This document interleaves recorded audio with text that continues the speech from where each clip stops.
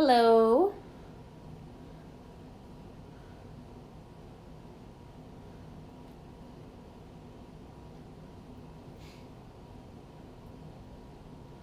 I will be getting started in a few minutes, but I wanted to go live because this is a very important topic.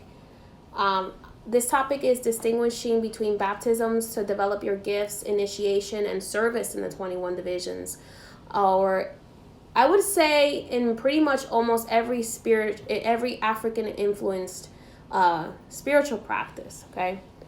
I want to start off by saying, first of all, this is gonna be, I'm going live right now, but this will be posted to my YouTube. Hello.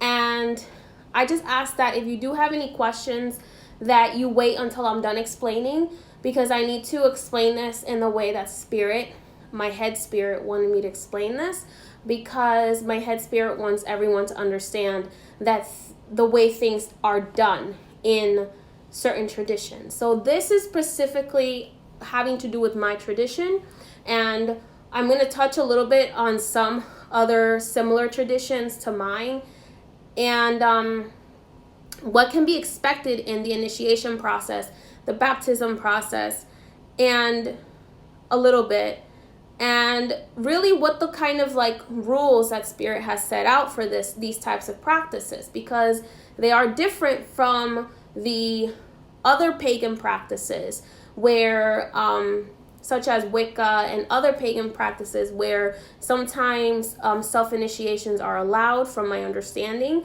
In the 21 divisions, self-initiation is not allowed. And if someone tells you that, they are lying to you, okay? Because that is not one of the things that is normal to happen. Because this is, as my spirit wants me to explain it to you, initiations are done for the purpose of serving humanity, making sure that your head is properly prepared so that you can do your job as a vessel of light, of beings of light.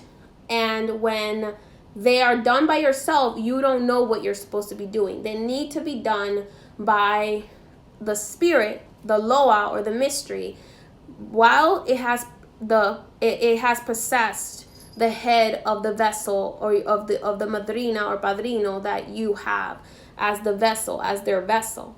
So I just wanted to come on and explain it. And if you guys have any questions after I'm done explaining it, I will answer a few questions.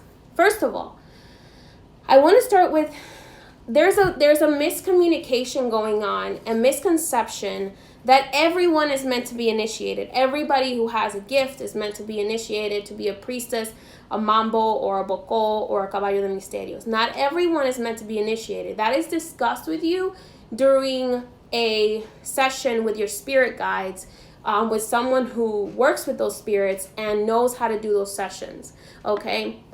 So that is something that is discussed with you, whether you are actually meant to be initiated or not.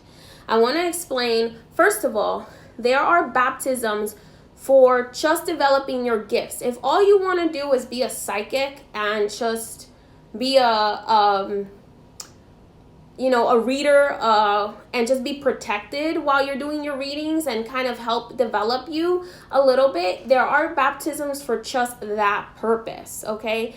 Where it's just for that, and the spirits don't have anything to do with that, because those baptisms, yes, the spirits will do them, but they're more for protection and for developing of your gifts. When you get initiated, and I want to make this very clear because my spirits are not happy, and I want to make you understand, Loas and mysteries are not like other spirits. They're not like other beings. They can be easily offended if you are not listening to what they're telling you. And just like archangels, they can step away if they want to. Okay? So the important thing to notate is that initiation is for the service of humanity. It is not for your own benefit. What do I mean by that? It is not just so you can do witchcraft on other people and get back on the people you don't like and be petty and attack people that you don't like with the witchcraft, and always, it's just to protect yourself or your own family. That's not what initiation is for, okay? I want to make that clear, because There are some people that seem to have the misconception that initiating in a light working practice is so that you can just do candle workings and do whatever you want to attack other people. That is not what this practice is for. And you will attract trickster spirits that will make sure that you make those mistakes, and they will scare the crap out of you. I just want to make that clear, okay? Second of all, initiation into being a mambo, a boko, or a caballo de misterios is a very expensive, long process. It took me years after my initiation to be able to mount a spirit, okay? Think about your head being broken in half like a coconut and being rearranged so that you can mount a being that is not, that and share a body with another soul, okay? Because beings of light can only possess those who are willing to allow themselves to be possessed. So if you have a control issue, or you have problems trusting, they will not approach you, unlike demons who will possess you whether you are willing or not. If you are called to be a healer, and you're called to be a healer in this practice or in any other African spiritual practice, that is when I would suggest that you look for initiation.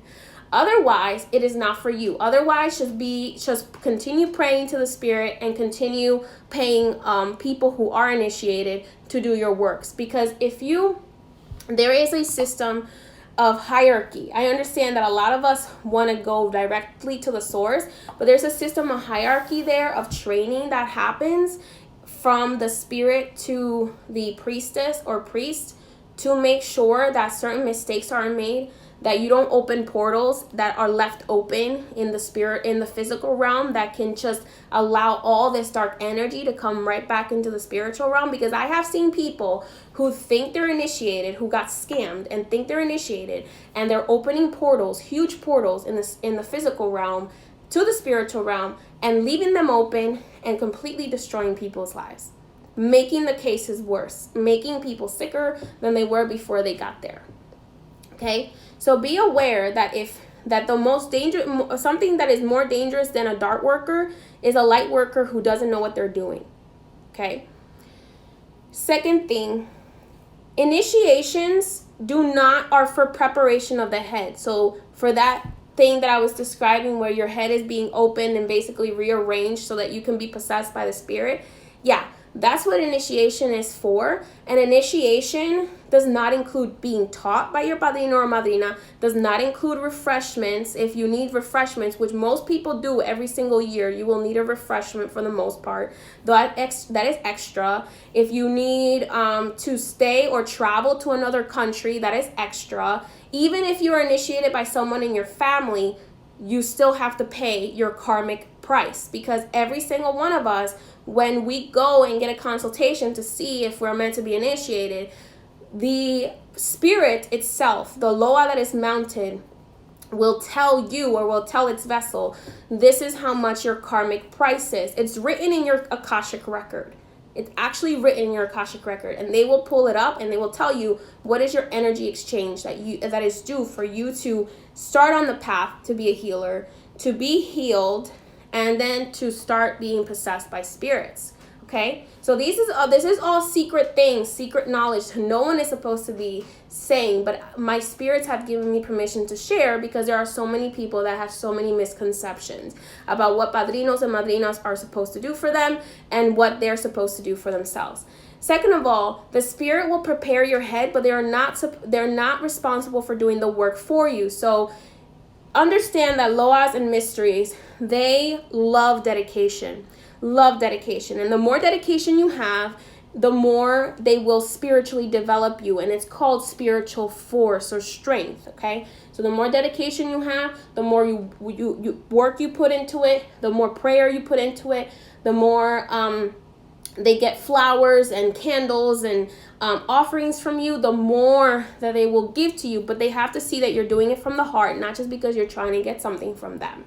Okay, so more, because they're not responsible for doing the work. Your madrina and padrino are meant to be your guides. So they will guide you in some of the things that the spirits like if you are really new to it and you yet aren't mounting. But the moment you start mounting, you really don't even need to be taught, because the spirit themselves, they will possess your body and they will teach you. They will either write it down themselves if they are able to write, depending on the spirit that is possessed, if they're able to write. If not, they will dictate it to your plaza, which is your assistant that is also an initiated priest or priestess. They will dictate to them all the instructions, the materials, and everything that needs to know. There are a lot of caballo de misterios that have no idea at all what the spirit is doing while they are mounted. I'm going to repeat that again. There are many caballo de misterios that have no idea at all. They are bocos and mambos, okay, who have had experience for many years, who have no idea at first what the spirit is doing while they are possessed, because they are in the back seat and the spirit is the one driving the car. And the spirit will dictate to the plaza, I need eggs, I need coconuts, I need these herbs, I need whatever. They will tell you because they know more than you know about the spiritual realm. You don't have to be taught by your madrina. As a courtesy, your madrina or padrino may teach you some things. So that way, when the spirit asks you for something, you're not like, I have no idea what they're showing me. Okay? So as a courtesy, your madrina or padrino will teach you some things. So again, you will know what it is that the spirit is asking you for. Because sometimes they might tell you, hey, you need that herb or that plant, and you have no idea what the spirit is showing you or telling you as the vessel. But they will show you themselves because they already have all that knowledge. You just have to be the willing body that allows them to possess you and allows them to incorporate. Because again, beings of light cannot possess an unwilling body, unlike beings of darkness. So you need to just let them do their job. If your spirit tells you need a refreshment, you will most likely need to go to your madrina or padrino that initiated you, and their spirit in their head will do the refreshment. And that is extra. And don't be rude and come empty-handed to the spirits, because the loas will get offended if you come empty-handed and just expect to get something from them with nothing in return. Okay? These are spirits that some of them are still trying to elevate. So some of them are still, like the Guedeses, for example, they're very funny, they play around, or the Barons, they're very funny, they play around, they joke around. But if you try to be like, oh, I don't want to work with this Baron, I want to work with that Baron will get offended, and you have just offended the most powerful spirit that you could possibly offend. Or if you do that to a Guede or to a Metresa, because Metresas, Guedeses, Barons, they can get offended, okay? They still have some human things that they are resolving, okay? So they still have their own forces of nature. They still have that balance that they have to maintain. And when you're working with archangels, it's a completely different thing. Archangels have never been incarnated, so they will help you a lot without expecting anything in return. But if you want to work with the loas and the mysteries, who are ascended masters, they will expect something in return. Even Christ, when in the church, Christ is offered frankincense, myrrh, is offered water, and is offered bread, is offered stuff on the altar, right? And when you go to a Catholic church, Christ is offered offerings on the altar, because Christ is an ascended master, and when you go to work with Christ, he's still expecting a candle from you. He's still expecting a prayer from you. He's still expecting those kinds of things, because he is expecting you to put in the work so that you can be elevated as well. So you have to put the work in. Don't expect your madrina and padrino to do all the work for you. Don't think that just because you want to develop your gift that it's automatically, let me go to an initiation, because initiations are not just to develop your gifts and to be like a reader, okay? Because you can be a reader and just be a reader alone without an initiation. You can just do a baptism for development. But initiations are a very long process. They're expensive. You might have to travel to other countries like I did. And even if you're initiated by someone in your family, you will somehow end up paying the price to the spirit, because you have to pay your Akashic price. They take a lot of energy. And then also the madrinas and padrinos, while they're initiating you for a whole month, they can't help anyone else, because they're focusing on developing your head for priesthood, or for priesthood. That's exactly, or for being a caballo de misterios. And the ceremonies can take, the ceremonies can take days, can take weeks, and sometimes you have to wait to do certain ceremonies during certain times of the year, because this is a practice that only those who are already involved in the practice have the right to know this knowledge. Okay, and I'm only sharing this with you, and I'm only sharing exactly what my head spirit gave me permission to share, because there's a lot of misconceptions and expectations of padrinos and madrinas, because everybody wants to be online and on YouTube and everywhere listening to everything, and not understanding that there's a process, and that our initiations and our process doesn't work the same way that it may work as in other pagan practices. Okay, there's a process, and there's a way. And yes, refreshments are extra, and yes, teaching is extra, because if you want me to take my time to teach you when you already have a spirit that is there, that is possessing you, that is willing to teach you, then you may have to pay for that. Some madrinas and padrinos don't force you to, or don't make you pay for that, unless you want them to sit down with you and just spend all their time on you. Then that's different. But a lot of the times, the spirit, while it's possessed, will tell you or show you or tell somebody near you what needs to be done, and will tell you what ingredients you need. And you can text or call your madrina if you have that relationship and say, hey, so-and-so, whatever spirit is possessed, told me that I needed this. And you can call for verification to see if your madrina, if the spirit is telling you, or if it makes sense what the spirit is telling you, okay? But a lot of the times, your madrinas and padrinos aren't responsible for teaching you. They're responsible for letting their body be used as a vessel by the Loa to prepare your head. And then once your head is prepared and you're able to mount, that's it. They don't have a responsibility to you, because your spirit will teach you themselves if you let go of control and let them actually do their job. Because if we don't let go of control and let them possess us, they can't teach us. They can't tell us what it is that we need to know, or do their job in the process. So just wanted to explain that. Now I will go ahead and open for questions. If you have any questions that I am allowed to answer, I will go ahead and answer them. I just wanted to make sure that you understood that if you take shortcuts, you open yourself up to scams. And you open yourself up to worsening your life rather than bettering your life. And this is not for everyone.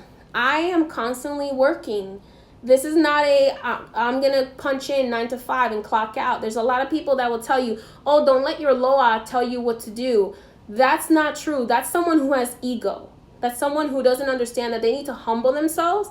Because when you're working this, you got to be humble. If you are someone that's arrogant or has a lot of ego, you're going to be humbled, okay? You're going to be humbled real quick, because these spirits will humble you.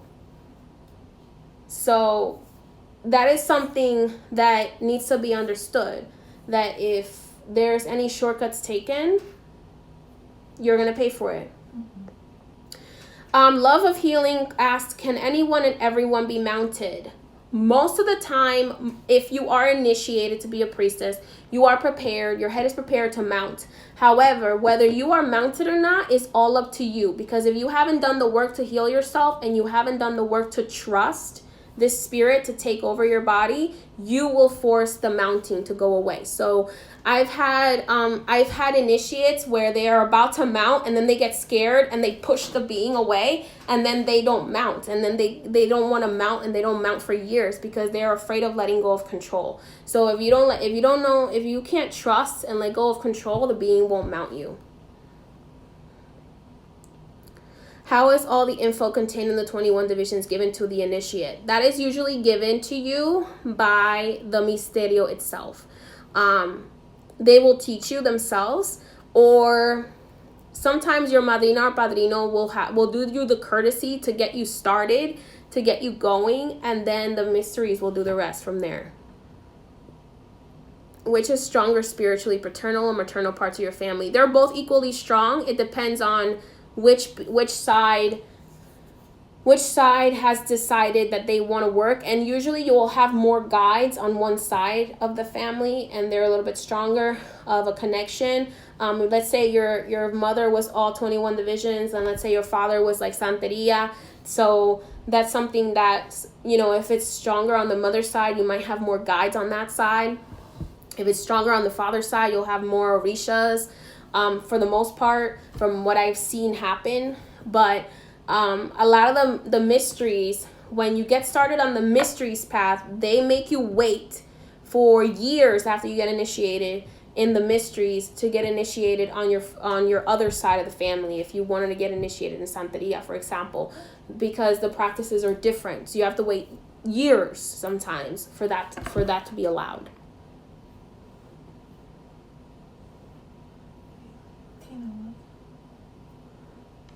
When you let go of control, how do you know you're ready for the journey? That's different for everyone, Tina.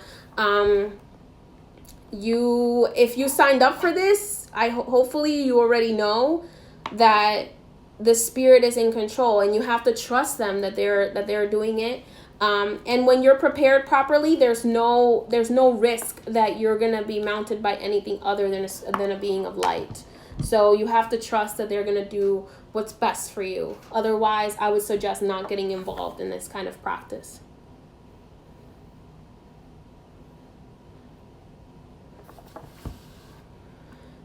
Can you read energy? Yes, I can read energy. For that, you'd have to get a consultation. I don't do readings over private readings or over live or over DM. Can you become a priest in another tradition while being a practitioner in another? You can, but my experience from what my spirits have told me is basically you're just doing it for the title at this point, because a lot of people do it just to have the different titles and to feel connected to the different traditions, but some of these traditions conflict each other. So a lot of the times I would say choose one and follow it down the line to see where it takes you. And but sometimes trying to be a master of everything makes you a master of nothing. So just keep that aware. Be aware of that.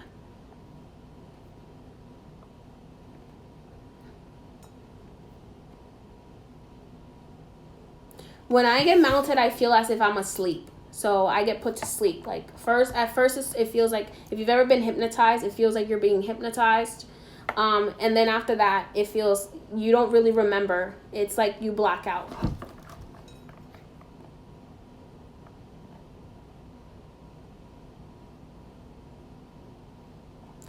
If your will is, love of healing, dark spirits, they don't respect your free will. That's the whole part of it. They don't respect your free will, and they tend to trick you into giving them the ability to possess you.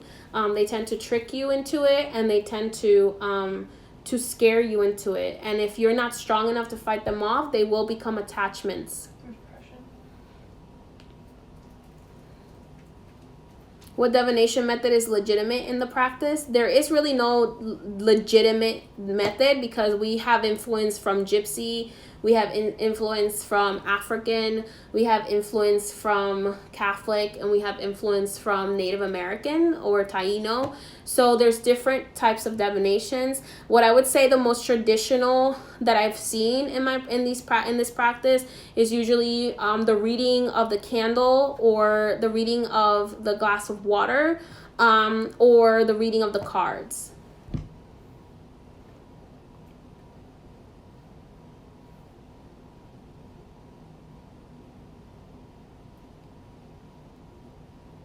If you feel that you need to be initiated, I would say the best way to be referred to a good teacher is to pray.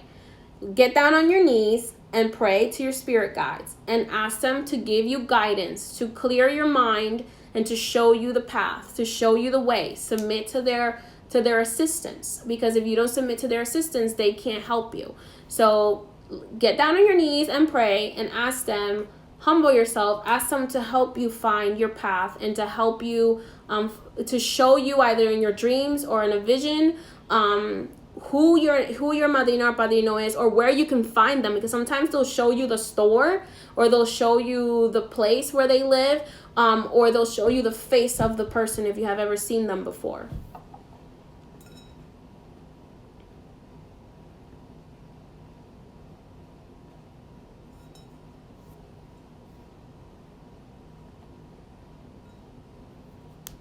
Are the baptisms for refreshing gifts the same as refreshments leading to initiation? So refreshments are different than baptisms.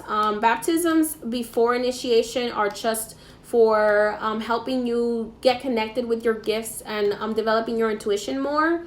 Whereas for refreshments are I guess you could say reinitiation ceremonies that need to be done, and the days for those differ.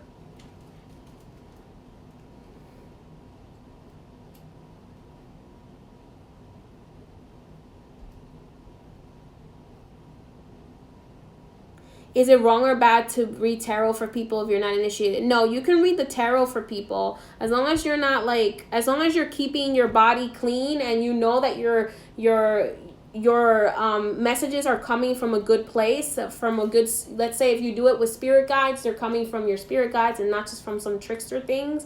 You can read the tarot without being initiated. That's what I'm saying. You can just do a baptism or to develop your gifts and to be a reader, and that's it. You don't have to be initiated to do, because there's a lot of things that you guys don't understand. There's a lot of things I do that I can't share on my Instagram page. I can't show you when I remove spirits from a house. I can't show you when I remove demonic possessions. I can't show you, when I remove spiritual attachments. I can't show you all those things. Those are not things I can show. This isn't Hollywood. I can't just show you those things on Instagram.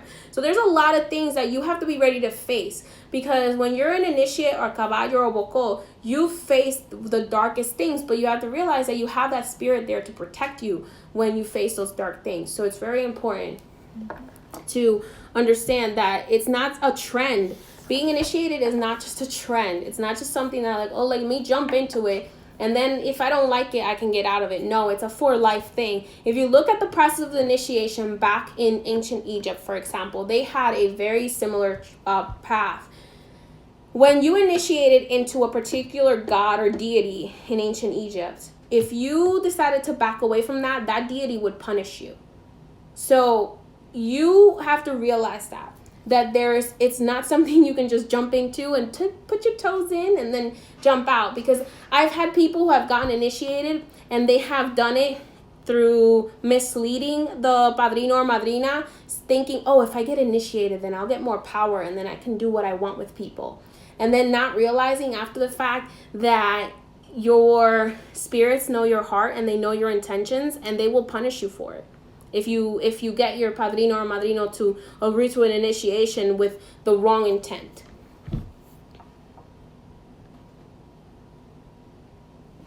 You shouldn't share your head with anyone other than, you shouldn't share your head spirit's name or anything like that with anyone other than your godparent. When helping someone, is it normal to feel drained after days? Yes, it is normal to feel drained after days, which is why initiation is very expensive and why not everybody offers to be your godparent or offers to be your and to be your teacher, because initiation, it takes a lot of work as well, but also spiritual work. For example, if I'm doing work in person for someone, or I'm doing I'm removing spirits from a house, I could be out of work for 2 weeks because I don't have the energy to either do readings or do any other spiritual work or do any other candle workings.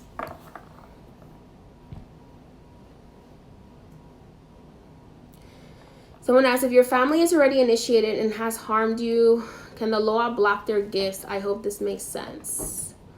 Yes, the Loa can block their gifts, but that is something It depends. Like, are you serving the Loa? Like, it depends on what they're working with. If they're working with beings of darkness.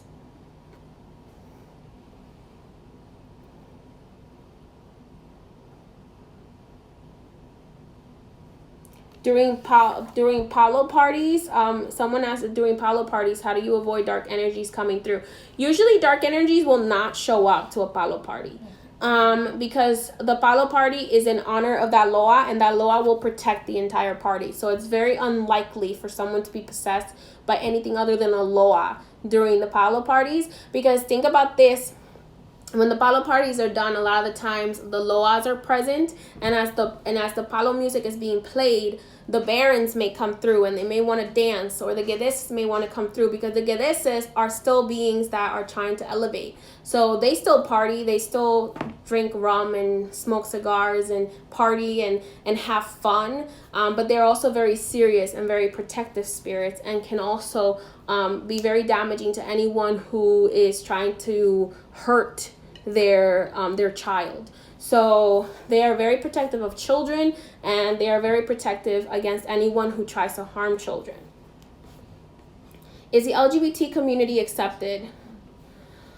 A lot of people try to tell you that LGBT communities, the LGBT people are not accepted in this practice, and that is a complete lie.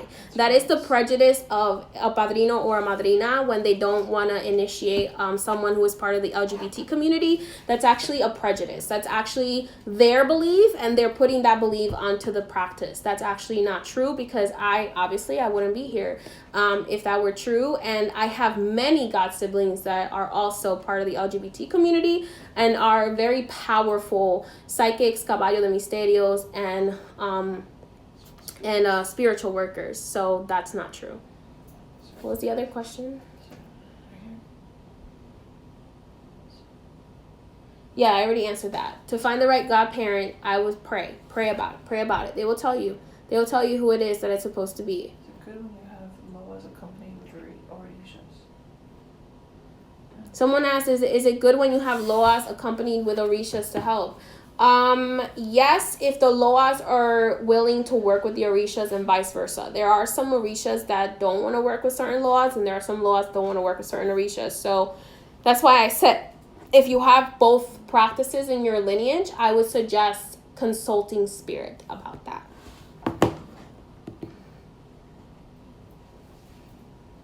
What do I think about demons? Do you think that they are entirely only bad beings? I think that demons are part of the natural order, and that demons are not necessarily, I wouldn't say, they're tricksters. They want what they want, and they may trick you into thinking that you're going to get something that you want.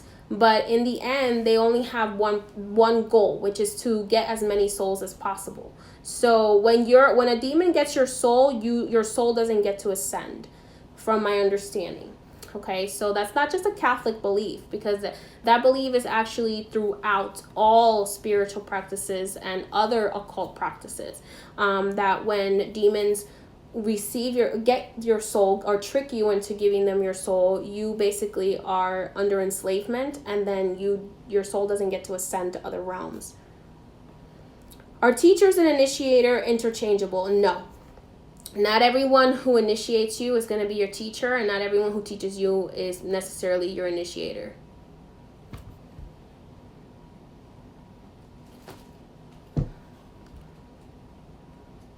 What is my advice to someone who's still developing their gifts but is scared to dive into them? I would suggest to find out why you're scared of them. Our gifts are natural. They're from nature. They're what we're born to do. So if you feel that you are gifted, find out what scares you about them. What is it that scares you about them? For me, as a medium, when I was a child, I was scared of seeing the dead. So that is, obviously, I was scared of the dead at that time. But then as I grew older, I became more and more comfortable with the spirits on the other side. So you have to find in yourself what it is that you're scared about.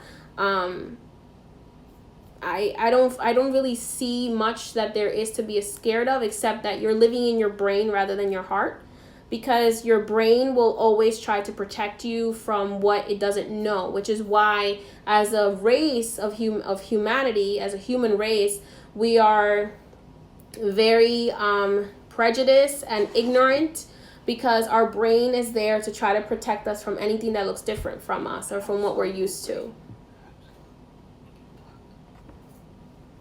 Can you lose your gifts if you only use it to gain power to control others? Yes, I have actually seen this happen. I saw this happen to someone who had been practicing for like 50 years, who was a friend of my family's, and he became very power hungry, and he became very selfish, and he lost his gifts, and he became a pauper. So his whole life he was very, very rich, and the saints always made sure, or the laws always made sure he lacked for nothing. And then when he got very, very, very greedy and wanted to have power over others and other people in his own family, he lost everything and became a beggar. The mysteries let him become a beggar, and he basically was homeless for the rest of his life until he passed away.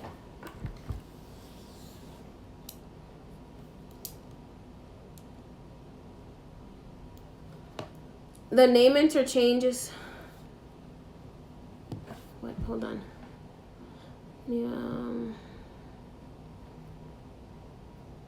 So I'm only answering questions right now that have to do with the practice and initiation.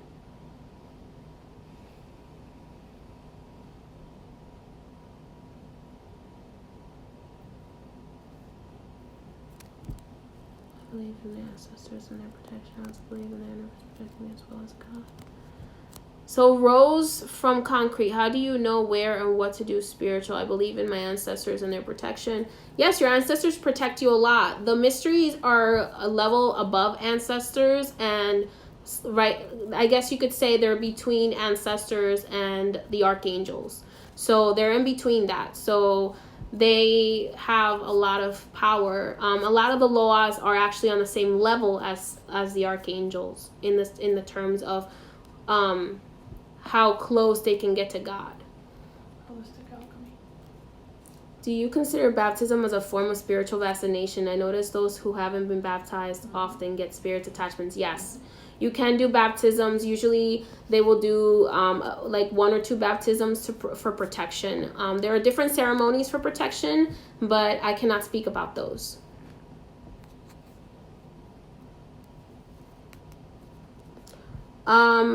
I would suggest, Mrs. Vargas, to give control over to spirits. I would suggest meditation, prayer, and setting protections, and explaining to yourself that you are safe. Because otherwise, that spirit isn't gonna mount, because they don't want you to lose part. They don't want you to suffer through soul loss or anything like that, because you might find the situation traumatic. And it's also unfortunately, I can attest to this, because the reason why it took me so long to mount was because I was a control freak. Until you learn to let go of control and let go of worry and let go of the what ifs and all of that, they're not going to mount. I was a control freak. I can tell you this, as a recovering control freak, that the reason why it took me years to mount after my initiations was because I refused to let go of control. I was like, I want to know what is happening at all times, and I want to make sure that they're doing that things that I agree to, and blah blah and all these other things. And you're not the boss. You have to realize that you got to take the back seat and let go of the reins. And if you're having trouble with this, sometimes that shows up in other parts of your life as well. How can I know who is my spirit guide?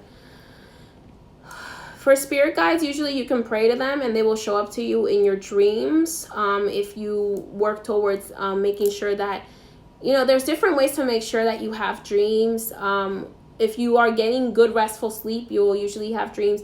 You have to understand, the dream world, the astral realm, is the dream world. And that world is the only connection we have to the spiritual realm, unless we are spiritually developed, intuitively open.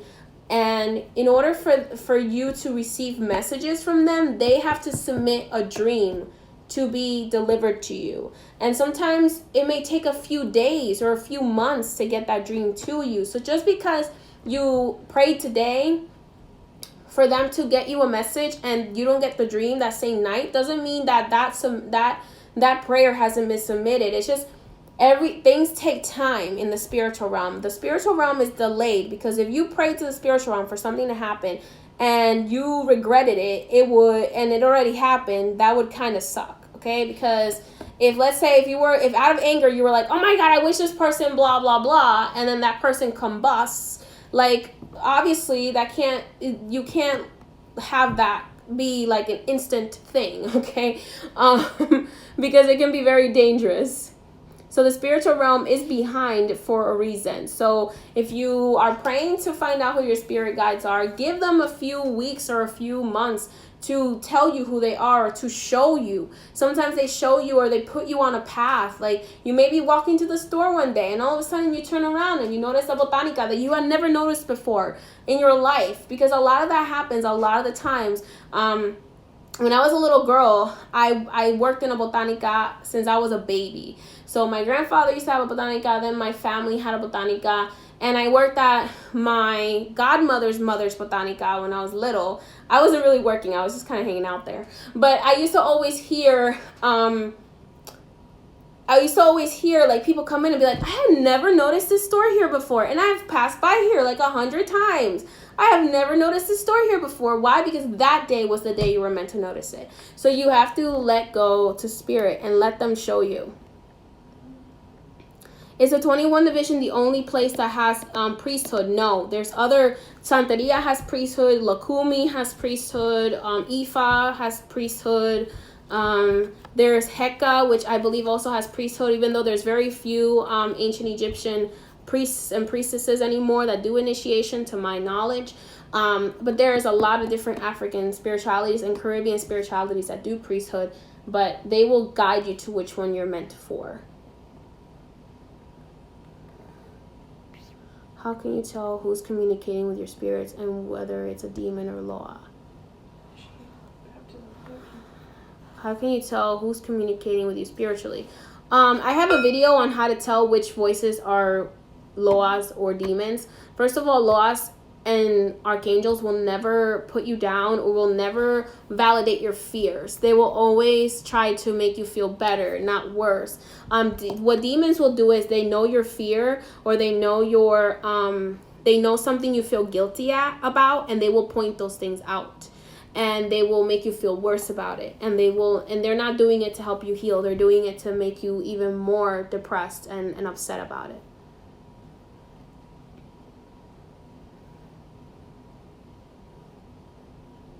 Behold the levels of initiation, they build upon one another. And there are times when you're meant to go up to a certain level, and there are times when you're meant to go all the way.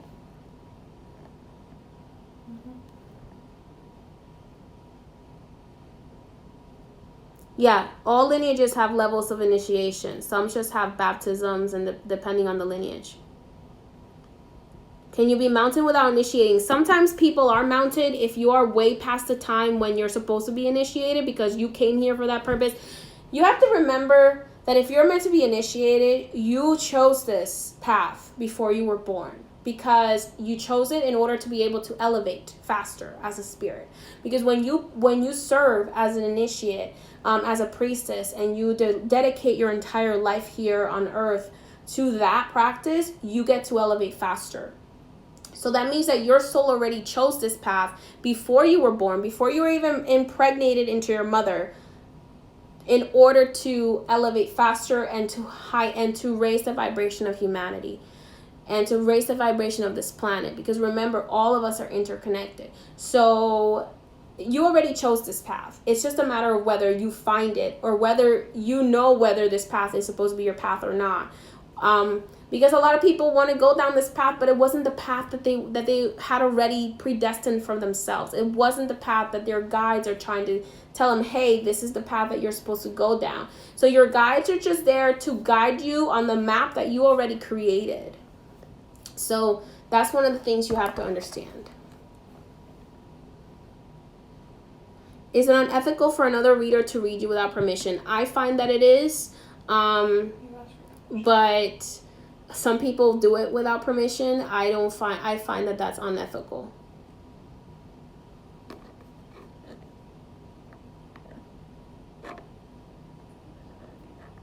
What? Lovely Jay. May, what are your thoughts on doing certain things in Santo to close off, that is, in a peaceful manner, so I can continue on my path of the 21? Do you mean, are you in Santeria, Lovely Jay? I'm trying to understand. Yeah, when you get mounted without being initiated, you don't have full control yet. The initiation helps you control what the Loa does and kind of make sure that the path is properly open. Why will spirits mount you even though their actions are limited? Sometimes they just need to get messages across, or they need to let you know that you are supposed to be a vessel. Yeah.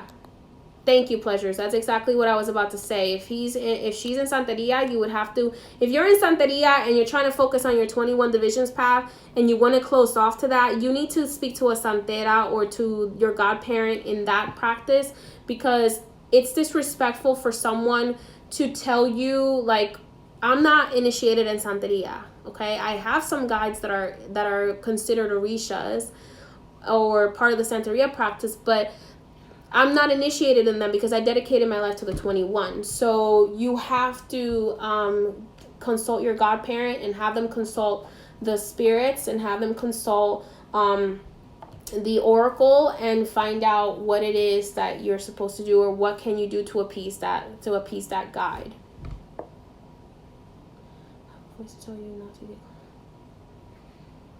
I get collared. You got collares, but Santo is in your path. You'd have to speak to your. You'd have to speak to your to the person who gave you the collares, or speak to someone else who's in that practice who you trust. Because some lineages of the 21 division also have collares, but not all of them do. It's not a common practice. Some of them do. Most of them the 21 divisions is primarily about the pañuelos, which is the headdresses. But some of the beings in the 21 divisions will give you collares for protection. But that really depends. What is the role of the Orisha in the 21 divisions? It's slightly different. I'm not allowed to discuss that. It's slightly different than that in Lukumi and Ifa. Psychic Brooklyn. Hello, Psychic Brooklyn. Can you give me a shout out? We'd have to talk about that in private, but shout out to Psychic Brooklyn. I don't know who you, I don't know what, I'm guessing you're a psychic, but I haven't read with you, so I can't shout you out until I've read with you. Is collares the same as aleques? Yes, they're not the exact same. They look similar, but they don't have the same exact function as aleques. They're slightly different, and that is a secret of the 21 that I can't share. But like aleques, you shouldn't wear them as a fashion statement. They're not fashion statements. They are protections, and they are connections to those specific spirits, so you should respect that and not wear them as a fashion statement. Thank you.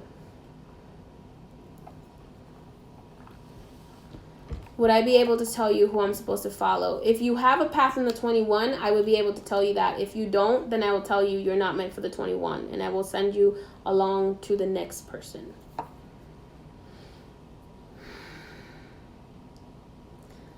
In the scale of 1 to 10, how much do non-initiates in the 21 division really know about it? Those who are not initiated in the 21 division probably only know about 1% of what there is to know. And even when you're initiated, you still have to work for the information. The spirits, sometimes your padrino will tell you, I'm not allowed to tell you that yet. And it will take you sometimes years, and even every single day you'll learn something new, and the spirit will tell you something new, because each spirit works differently, each loa or mystery works differently. So you could be working with them. For example, my grandfather worked with them for almost 60 years, And he told me every day I still learn something new. Every day they still tell me something different, tell me something new. So you could be working with them your entire life, until your deathbed, they're still telling you something new. You will never know everything there is to know, which is the reason why I tell you that when you try to do too many practices at once, simply for the sake of having multiple titles, you're gonna cheat yourself, because you can't really be a master of everything. You can be a continuous student of a lot of things, but you won't be able to master everything. What does it really mean to be an HP? Like, why do they exist? What's the function? A high priestess? High priestess is a mambo. So my title, high priestess, is just a mambo. A mambo is someone who has the experience or who has the lineage to be able to call themselves that. After you get initiated, you don't just go from being a priestess to being a high priestess like right away. Like, you have to actually have some experience and dedication, and the spirit will tell you you can now start calling yourself something. You can't just go instantly into that. You have to have some sort of lineage or some sort of experience before you actually can call yourself a high priest or high priestess, which is a mambo or a boko that it actually mounts the spirits. Speaking of collares, do I have to wear or carry them all the time? That depends on what the spirits tell you. If you're a new initiate, I would suggest that you wear them all the time. If you're not a new initiate and you've discussed this with your spirits, then you don't have to wear them all the time.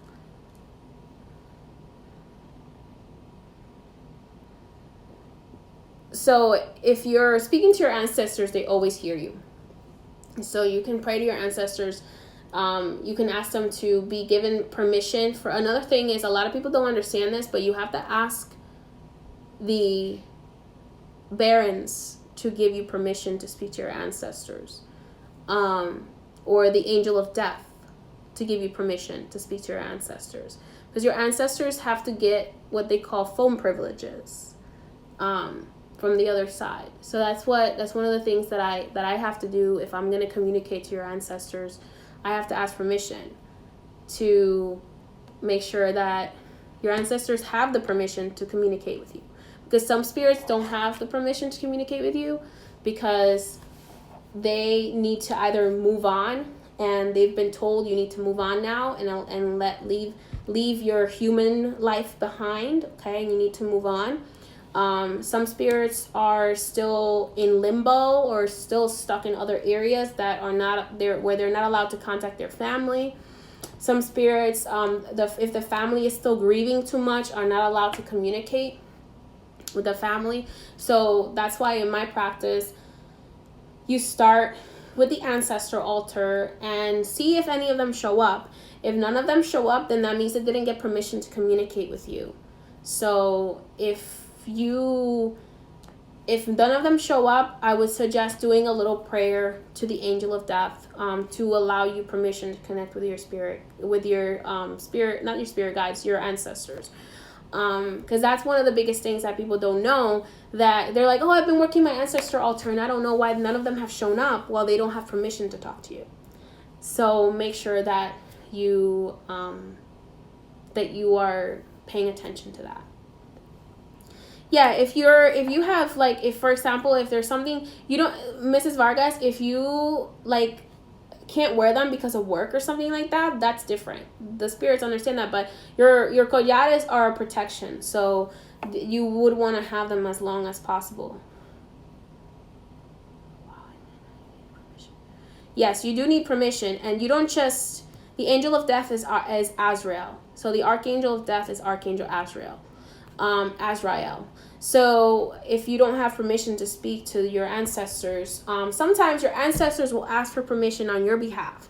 So you start connecting with them. You start setting offerings for them and things like that, offering them things to honor them, offer them prayers to help their soul elevate.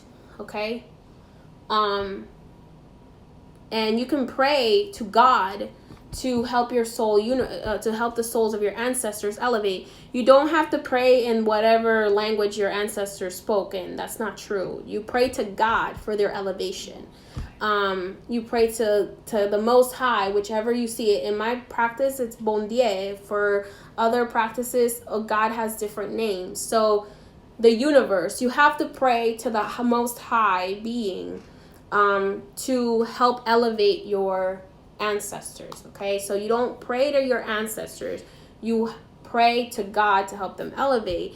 And you speak to your ancestors. You would speak to your ancestors and you would say, hey grandma, so I hope you're doing good over there. I was wondering if you could help me with so and so. So that's what I would do. If you are trying to get something from your ancestors, and make sure that you've actually, said, hey grandma, before you started asking grandma for things. So that is all that I have to share with you today. And I appreciate you joining me for this live. I hope that you learned something interesting.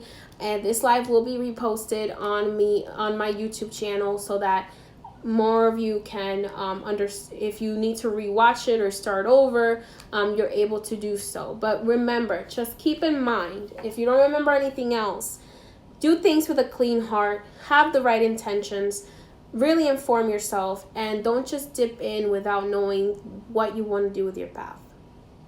Many blessings to you, and it was a pleasure speaking with you today. Bye-bye.